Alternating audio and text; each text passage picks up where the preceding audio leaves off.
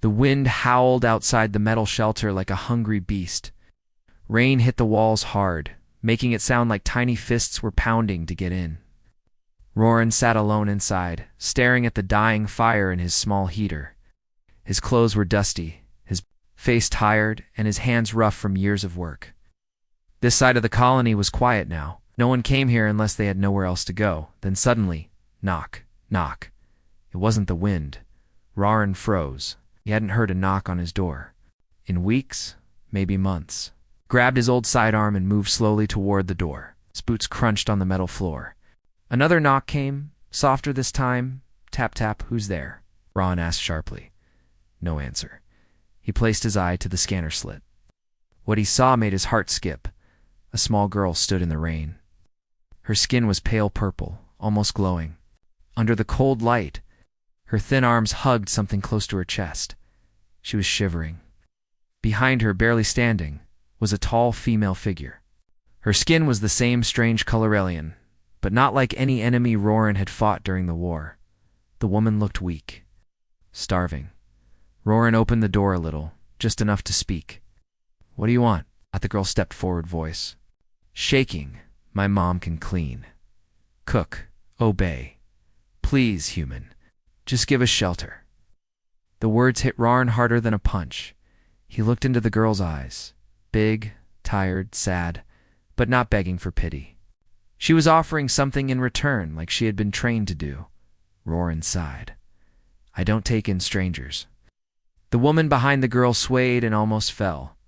The girl quickly caught her arm, trying to hold her up. The wind hit harder now. The cold bit through everything. The girl whispered again.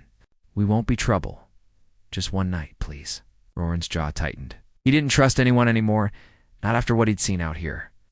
But something about the girl reminded him of his daughter. The one he lost before the colony. Fell one night, he said finally. Then you leave at dawn. He opened the door wide and stepped aside. The girl helped her mother inside. The woman nearly collapsed onto the floor, her legs shaking. Her clothes were torn and wet. Roran handed the girl a towel and pointed to the heating unit. Dry off. Don't touch anything. The girl nodded quickly and sat her mother near the warmth. She dried her own arms, then carefully started wiping her mother's soaked hair. Roran studied them. The woman looked sick. Her cheeks hollow, her arms too thin, but there were scars on her hands. Old burns. Like she'd worked in kitchens or worse. What's your name? Roran asked the girl. She looked up. Luma, your mom. She can't talk right now, the girl said quietly. Her throat is hurt. Roran pulled out a small packet of dried soup and started heating water.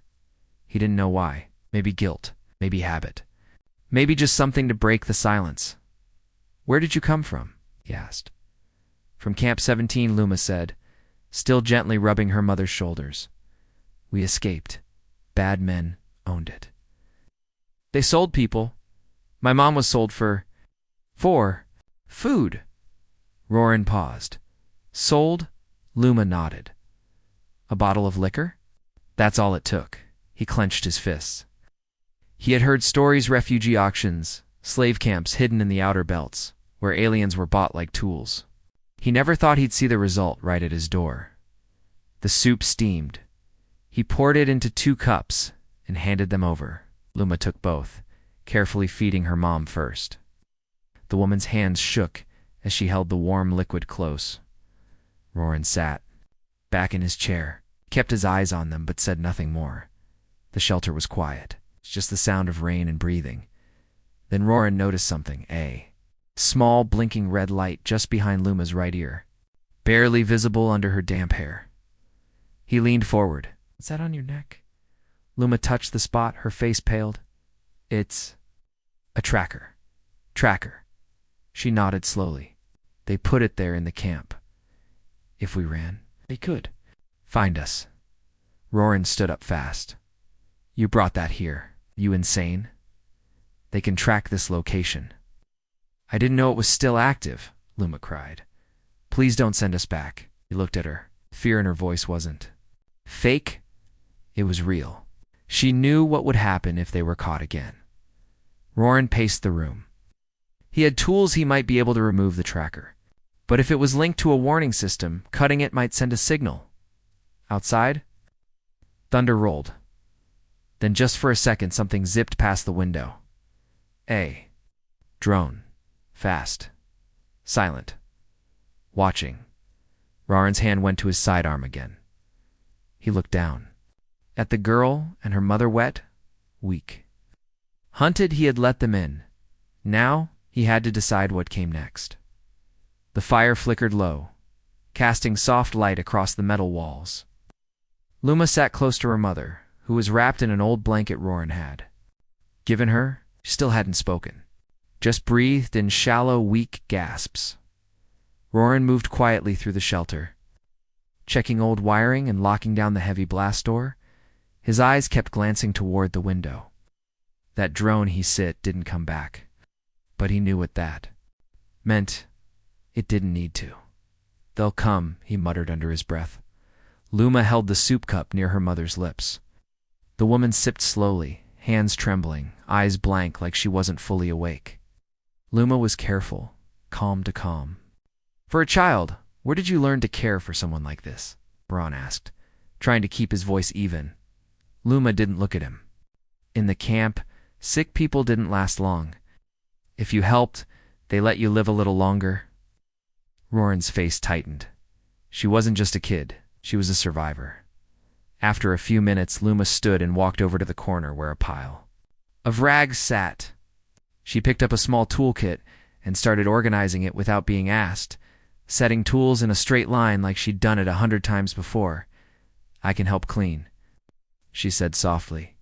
I know how not to touch things I shouldn't. Roran sat down across from her. You don't have to clean, just rest. But she didn't stop. If I don't work, I'm useless. That's what they said. Roran felt a heavy knot grow in his chest. This wasn't right.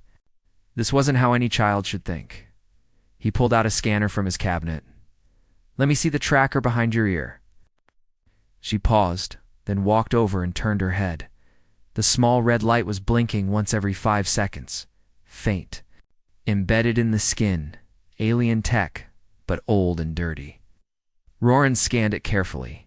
It's active, he said. Low power. Dud. Can you remove it?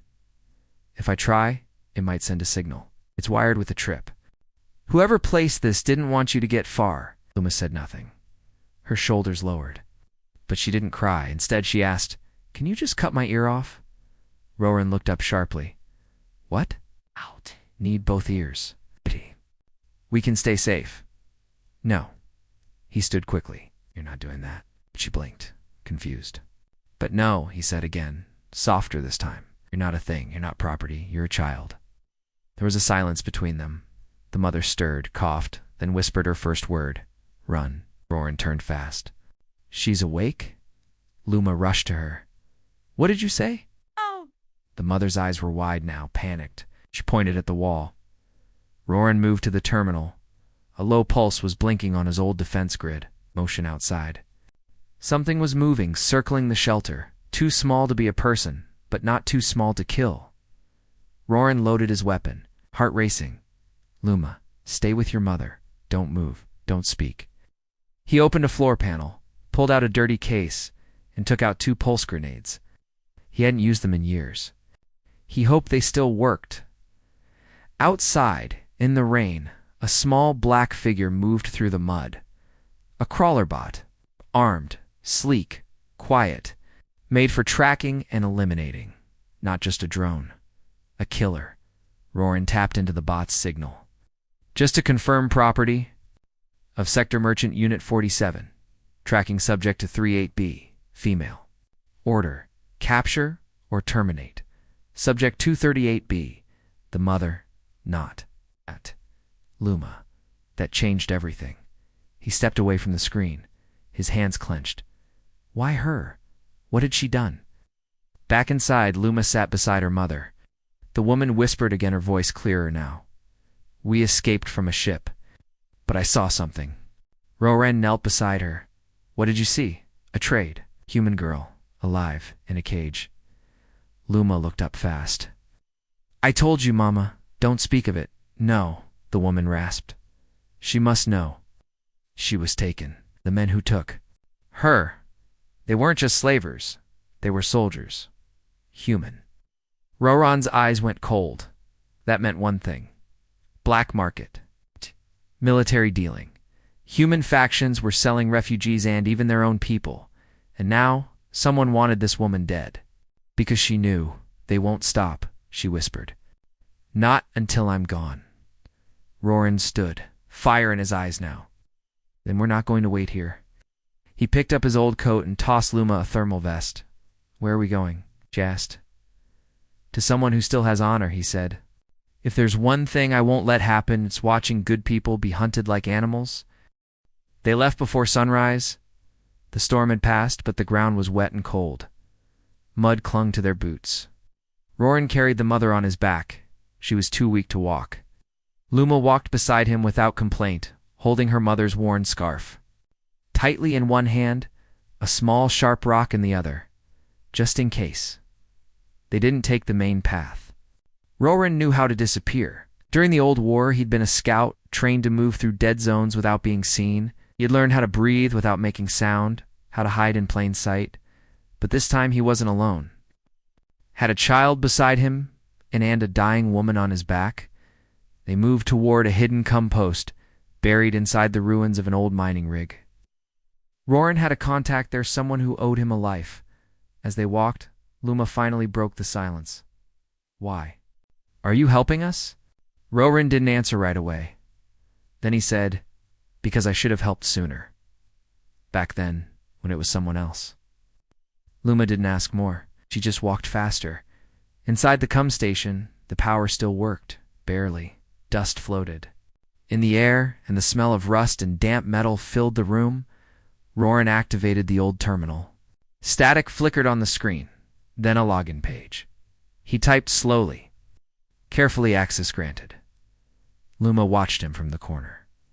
Who are you really? Someone who made mistakes, he said. The terminal connected to an old military archive one.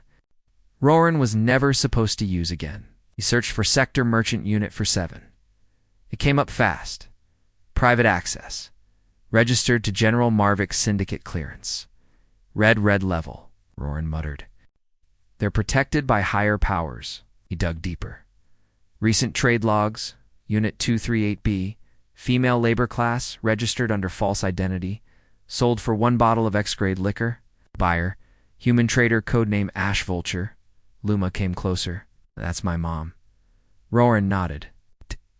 Then he saw something else. Unit 239A. Minor attached tag. Breeding value pending. Review. He stared at it. 239-A. That was Luma. His jaw clenched. They weren't just selling workers.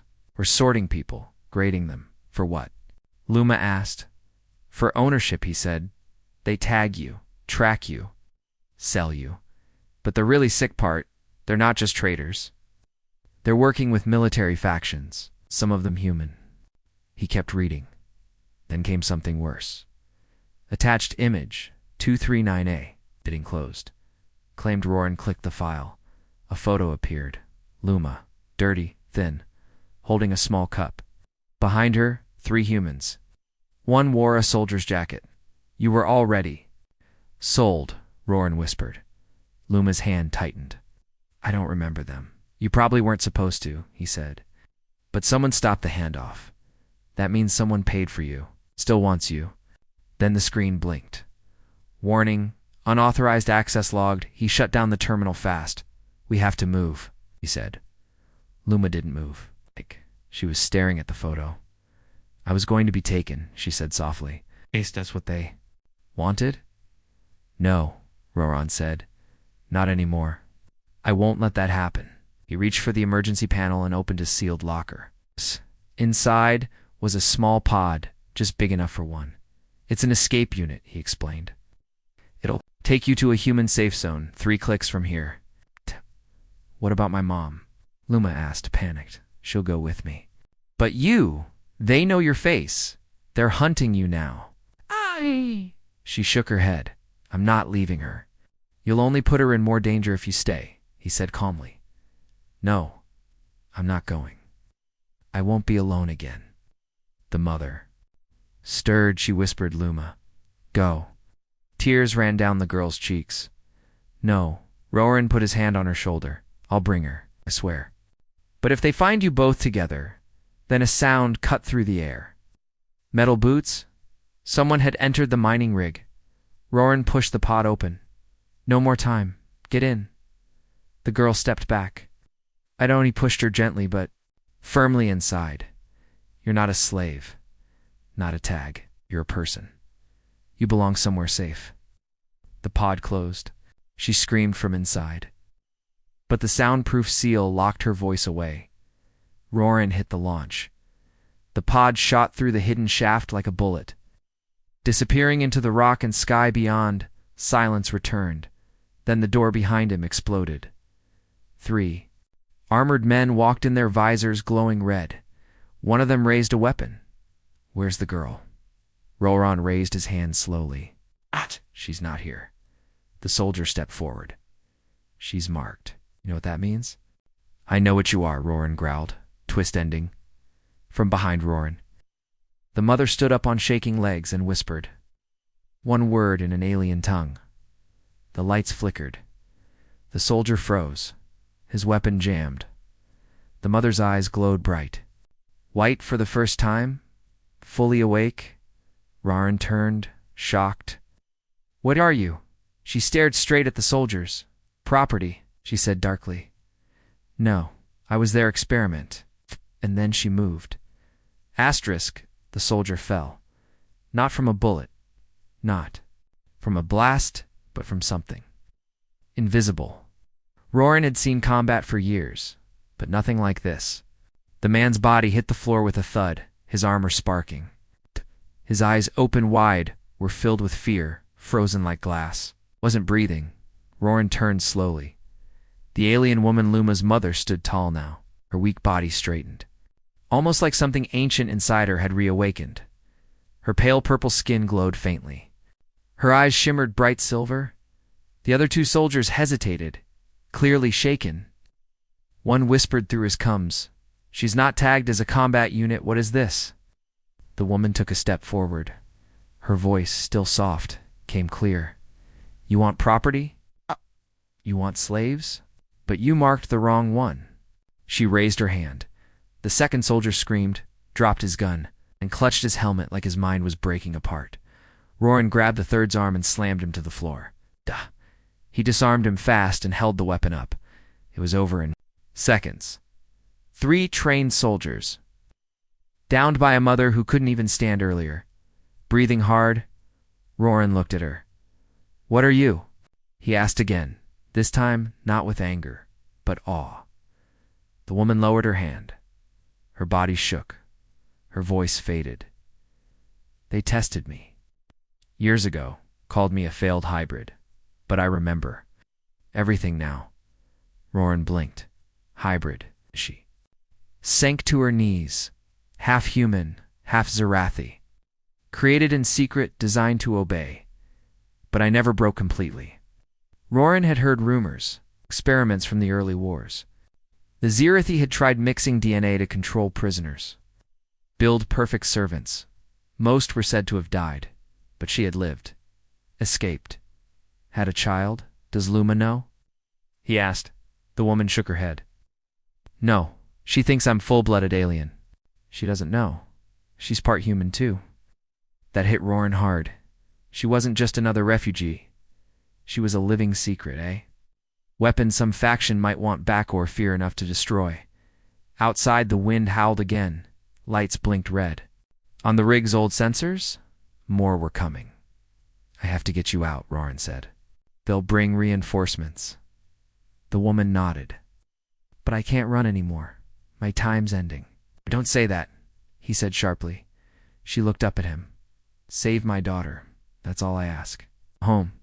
He wanted to argue, to say she could survive. But one look at her face told him the truth. Her body had reached its limit, but her mind, still sharp and full of pain. Then I'll make sure no one finds her, Roran promised. Not now. Not ever. The woman smiled faintly. That's why I chose your door, not luck. I remembered your face. Roran blinked. What? Saw you once, long ago, before the camps. You were kind to a captive, a young alien girl. You let her go. He remembered suddenly. That mission, the girl in chains. He broke protocol, released her when no one was watching. That was you? He asked, stunned. She nodded. You saved me once. And now again. Before Roran could respond, the door sensors screamed. Incoming craft. 6 units. Armed. No time. He tossed her the last pulse grenade. Can you use this?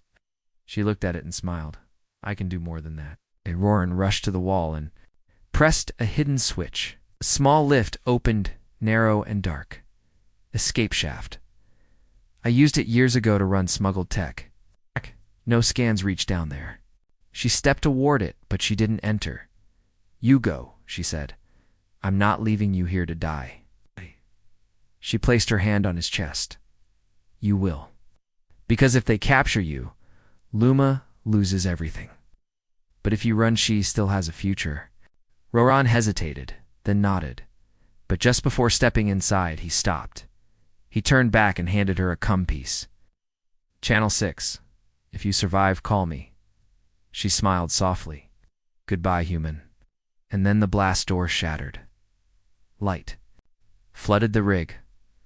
The woman stood tall in the smoke. Facing the new soldiers alone, Roran disappeared into the dark below, as the rig above shook, echoing with gunfire and strange howls. Roran held one thought in his mind. Luma must never know how her mother died. Twist ending, but miles away.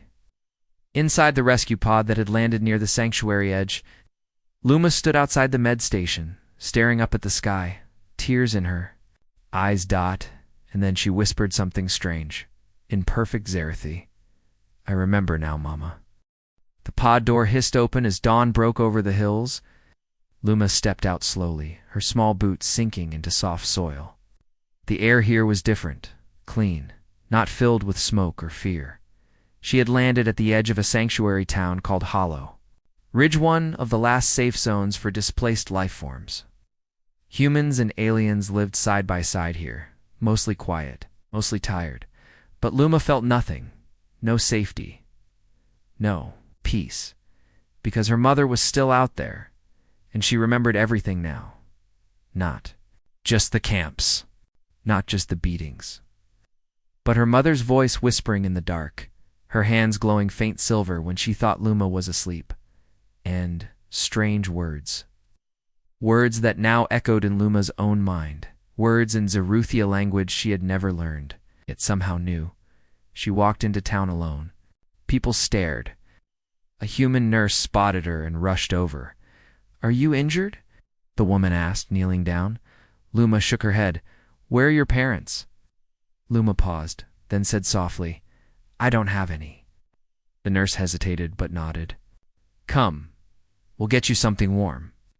Later, inside a shelter cabin, Luma sat on a bed for the first time in her life. It was soft, clean. She didn't know how to sleep on something. It didn't creak or smell like oil. The nurse gave her soup and left her alone. But Luma didn't eat. She stared at the metal bracelet on her wrista, new ID tag given by the town. It had her name, her species, unknown hybrid, her age, status, minor, unclaimed. She whispered to herself, unclaimed. Like property. Even here, a soft knock came at her door, not like before, gentle, cautious. She opened it. A man stood there, older, quiet, with a gray beard and a long coat. A small silver pin glowed on his lapel, a symbol she didn't know, but felt familiar. You're the girl from the drop pod? He asked. Luma nodded slowly. I'm Marshall Wynn. I oversee refugee intake here, he said kindly. You came in without a parent or guardian. That makes things complicated. I'm not going to stay, she said quickly. He raised an eyebrow.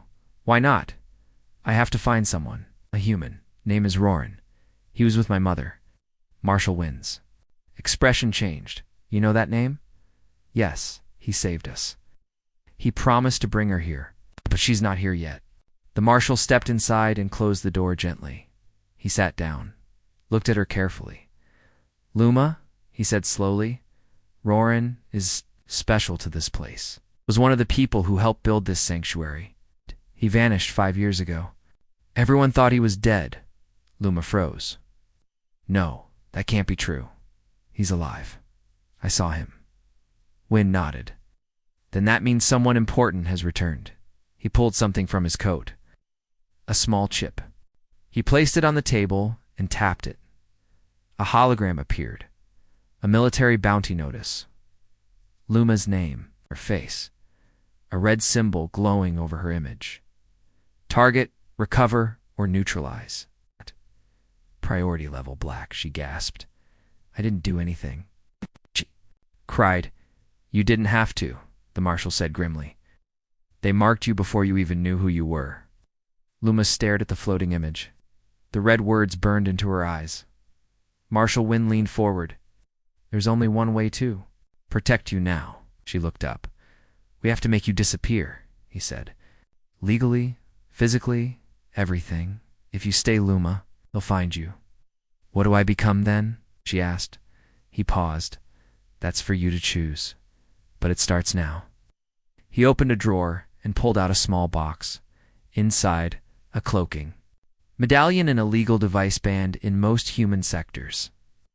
It could rewrite a person's visual appearance, ID signature, even language response, but it had limits. One use. No mistakes. Put this on and walk out that door, he said. You'll be someone else. You'll live in Hollow Ridge. Go to school. Grow up safe. She touched the smooth stone, then slowly closed the box. No, she said quietly. Marshal. Wynn frowned. Why not? Because if I hide now, they win. My mother gave her life for me. Roran fought for me. You're a child, he said, shocked. No, she answered. I was. Not anymore. Twist ending. Luma stepped to the mirror and stared at herself. Her reflection flickered. Not just human, not just alien. Something else, a glow pulsed under her skin, faint and white. She whispered to the glass, if they're coming for me, they'd better bring more. Asterisk underground tunnels always smelled the same wet metal, old oil, and silent fear. Roran moved fast through the darkness, holding only a weak torch in one hand and the mother's communicator in the other. He didn't know if she was still alive. She had said goodbye like it was the end. But he couldn't believe it. Not until he saw her body, the tunnels beneath. The mining rig twisted for miles. He had mapped them long ago, used them during smuggler runs when drones were everywhere above. But now, they were crumbling. Rusted beams shook with every step. Dust rained from above. A cave-in was close. Still, didn't stop. She trusted me, he whispered to himself. A loud groan echoed from behind. Metal shifting, tunnel supports bending. Then crash. Part of the path collapsed. He leaped over the falling rock, nearly twisting his ankle. His torch hit the wall and flickered. Then silence again. He limped on, whispering, come on, come on. Finally, he reached the old escape shaft. It led to Hollow Ridge. If she had made it, she would have passed here, but the dust. It was untouched. She never came this way. That meant one thing. She was gone. He pressed the communicator. To his mouth, Luma, if you're hearing this, your mom saved me. She stopped them, but I couldn't save her. His voice cracked. I'm sorry. He slumped against the wall, but then static buzzed. He looked down. The communicator blinked. Signal. Faint but real. Not from the mother. From Hollow Ridge. And not just any channel. Channel 6. She remembered, miles away. Luma sat in a dark supply room deep beneath the Hollow Ridge Learning Center. Her knees were pulled to her chest. In her hand, the communicator flickered. She had found it buried in the pod, hidden in a cracked panel. A message from Roran. His voice had shaken. Her heart hurt, but her mind was sharp. She knew what she had to do now. They were coming, She could feel it that night. She snuck out and followed a hidden trail one her mother once told her about. What? Tunnel, long sealed, that connected Hollow Ridge to the outer fields. Smugglers used it. So did those who wanted to vanish. She wore the thermal coat Marshal Wynne had given her, a laser knife in her hand. She wasn't afraid. Not anymore. As she moved through the dark passage, the walls began to shift, not physically, but in her mind. Flashes, memories. Not hers. Her mother's. She saw a lab cold and bright. She saw humans. And Zarathi doctors arguing. She saw her mother chained to a table. She saw herself newborn being lifted, scanned, tagged, then hidden. They tried to erase her mother's powers. But the mix wasn't stable. Something unexpected had happened.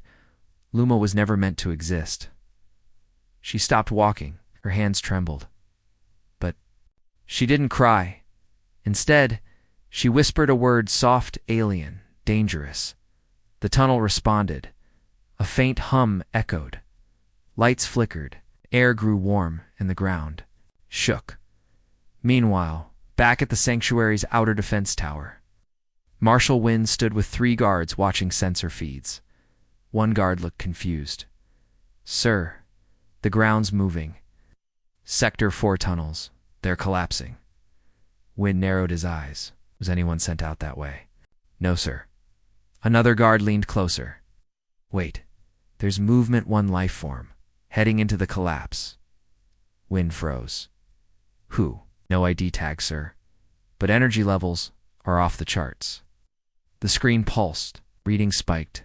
Wynne whispered. "Luma." In the collapsing tunnel, Luma moved toward the end of the exit near the merchant ruins. The stone around her fell, but never touched her. It bent like the air itself was protecting her. She didn't understand how, only that it felt. Right, as if something deep in her blood had finally opened. But at the final bend, she stopped. Footsteps, 6 of them. Black armored soldiers stood ahead, guns ready, faces hidden. The lead one spoke. "Subject 239A, you were warned. Come with us now." Luma looked up, voice calm. "No, you don't have a choice." "I do now." She held out her hand. For a second, nothing happened. Then light erupted from her skin. White, blinding, alive. The tunnel exploded in brightness, and the soldiers screamed. Twist. Hitting. Outside the sanctuary, as the explosion shook the fields. Roran finally emerged dusty, limping, bleeding. He looked up at the sky, just in time to see a white glow rise from the ground, far in the distance, and in his ear, her voice clear. "Roran, I remember everything." The light faded. The tunnel was quiet again. The soldiers were gone, burned into dust. Armor melted into the rock. No sound remained but Luma's breath. Slow, steady, calm. She stepped out into the open world, the sun rising behind her. Her coat was torn, her face streaked with dust, but her eyes glowed faint silver, now just like her mother's had. She didn't look back. She had no reason to. That life was over. Roran reached Hollow Ridge just after noon. His body ached. He had walked for hours, barely stopping, his mind locked on one question. Was Luma alive? When he entered the outer gates, guards pointed toward the old medical station. She came back different, one whispered. She walked through fire, alone. Inside the station, Roran pushed open the door and froze. Luma was sitting on a bench, wrapped in a fresh cloak, her hands folded calmly in her lap. A warm drink sat untouched beside her. She looked up and smiled. "You came." Roran couldn't speak at first. He stepped forward slowly. "Did you?" "I handled it," she said. He sat down beside her. For a moment, there were no words, only quiet. Then she spoke again. "My mother didn't survive, did she?" Roran shook his head. "I knew," she whispered. "I felt her go." "It didn't hurt. It was like she gave me everything in that final second. All her memories, her strength, even her fear." He looked at her, stunned. "That's not how memory works." It is for me, she said softly. I'm not just her daughter. I'm something new. They sat together in silence again. Then Luma turned to him. Why did you open the door that night, Roran? Smiled faintly. Because you knocked? That's it, he shrugged. Maybe I was tired of pretending I didn't care. Maybe I saw someone worth saving. Luma looked down at her hands. I wasn't even worth a bottle of liquor to them. You're worth more than they'll ever understand, he said, and now they're gone. She looked out the window at the quiet town beyond. They'll send more, not just slavers. Scientists, leaders, people who want to control or destroy what they fear. They won't find you, Roran said. We'll erase your old ID. Build a new record. Start over. She nodded. And if they come? He smiled. Then I'll answer the door again. Weeks passed. Luma began school under a new name. She helped in the kitchens, read every book on human history, learned languages, fixed broken tech faster than anyone her age. But what she did best was listen. She listened to people. Old farmers. Retired soldiers. Alien mothers who lost children. Human girls who never learned to speak up. She listened because her mother had listened to her. And now it was her turn. One night Roran stood on the edge of town watching the stars. He heard footsteps behind him. Luma. Double quotes. Any news? She asked. No, he said. No ships nearby. No signals. It's quiet. She stood beside him. I'm not afraid anymore, she said, but I'm not angry either. That's good. She looked up at him. Do you miss her? He didn't need to ask who. He nodded. Every day. Luma reached into her pocket and pulled out a small silver stone. Smooth, cold. I found this in the tunnel, she said. She must have left it for me. Roran took it gently. The stone blinked one soft light. A small message played in. The air above it. A projection of her mother. Eyes kind, voice gentle. If you see this, my daughter, it means you lived. That is all I ever wanted. Luma stared, frozen. But now, the message continued. You must choose who you will be. Not what they tried to make you, not what the tag said, but who you truly are. That power inside you. It's not a weapon, it's a light, and the world needs it. The image faded. Luma was quiet for a long time. Then she said, I think I know who I want to be. Who? Roran asked. She turned to him with a soft smile. Someone who answers. The knock. Final twist ending. Far above Hollow Ridge, on a silent moon. A council of alien warlords watched a black screen. The footage showed the moment Luma walked through fire. She's alive. One growled. The child of Project Eden. Another whispered. We thought we ended that line. A third asked, do we send hunters again? But the fourth, a human admiral, leaned back and smiled. No, we don't hunt her. The others turned to him, confused. Why not? We stared at the image. At Luma's glowing hands, and said softly, because I think she just became more dangerous than any of us imagined.